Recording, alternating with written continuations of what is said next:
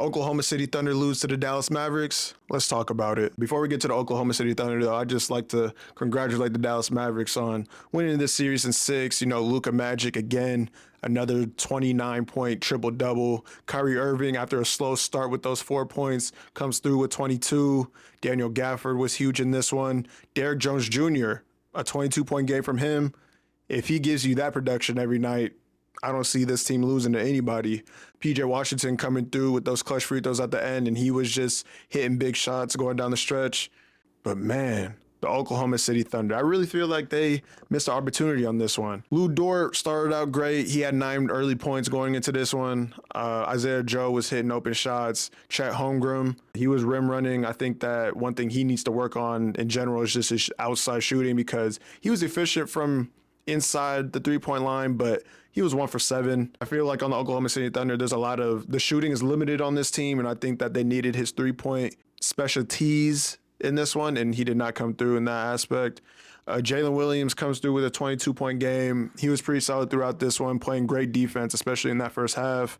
Shai Gilgeous-Alexander, this dude played like the MVP up until that last play. We'll get to that in a second, but he was carrying this team offensively throughout this entire series, throughout this entire playoffs.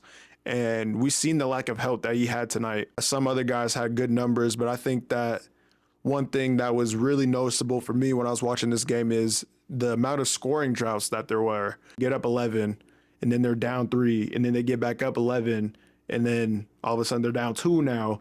And so they get up to a certain amount of points against another team, and they just stop making shots. They stop getting back. They think that going into this offseason, they're going to have to get him some more help. But man, like I said in many episodes before, Josh Giddey, we're seeing Josh Giddey's downfall. He has 2 points in 11 minutes in this one. He already got benched for Isaiah Joe, who was looking really good out there, actually. I think that he is a bench guy himself. They're going to go out there and go get a starting 2 guard. But he did really well for the opportunity he got. But yeah, Josh Giddey, he's out of there. I don't know what type of value they could get back for him. I mean, his value is minimal. Right? I think that they could have got something better for him, maybe by the trade deadline, but they chose to stick with him because he was actually having a pretty solid season. But yeah, that was just one of their downfalls. They're fouling entirely too much in this one. Lou Dort coming in, he gets 5 fouls going after 3 quarters. Chet Holmgren was in foul trouble early. Jalen Williams played well in this one, playing defense, getting steals, attacking the rim. I think he played well.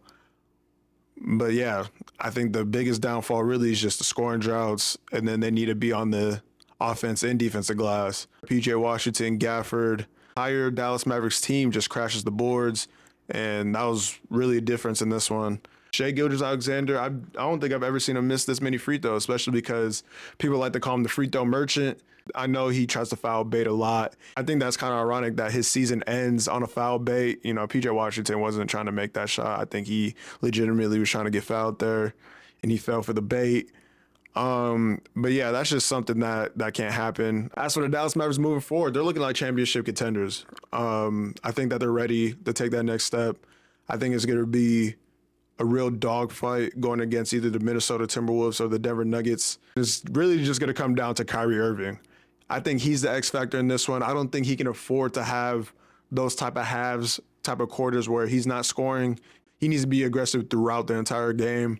Having 4 points in a halftime in a playoff game, especially something like a game 6 where elimination is on the line, maybe not for them, but just an elimination game, that cannot happen. PJ Washington's playing very well right now. I don't know if this is fluky or not, so Kyrie Irving's going to have to pick up offensively just in case that he decides to come down to earth. And Derrick Jones Jr., this dude, man, Blazer legend, first of all. Not really, but it's been amazing what he's been able to do. Damn, OKC, man. I was rooting for OKC. I got that 35 on me. I mean, this is the last time y'all was in the Western Conference Finals. I hate to say it. But I think the Oklahoma City are definitely going to be back. They're going to be a great team moving forward. I just think that they need more bench pieces. I think that Gordon Hayward trade, they traded for the wrong Charlotte Hornet. If they had a PJ Washington on their team, I think that they'd be playing in this game 7. They might have even won this series in 5. I simply just think that the Dallas Mavericks had more pieces all around than the Oklahoma City Thunder. Again, Shea should have been the MVP for carrying this load offensively. He needs shooters around him. He needs to play with players that can also create their own shot. And shout out to my dog Wayne, co-host here at the Layup Lounge. He said that the Dallas Mavericks were going to win the NBA Finals. I thought he was crazy, but it's looking like it's their time. It could be an amazing Game 7 with Minnesota and Denver.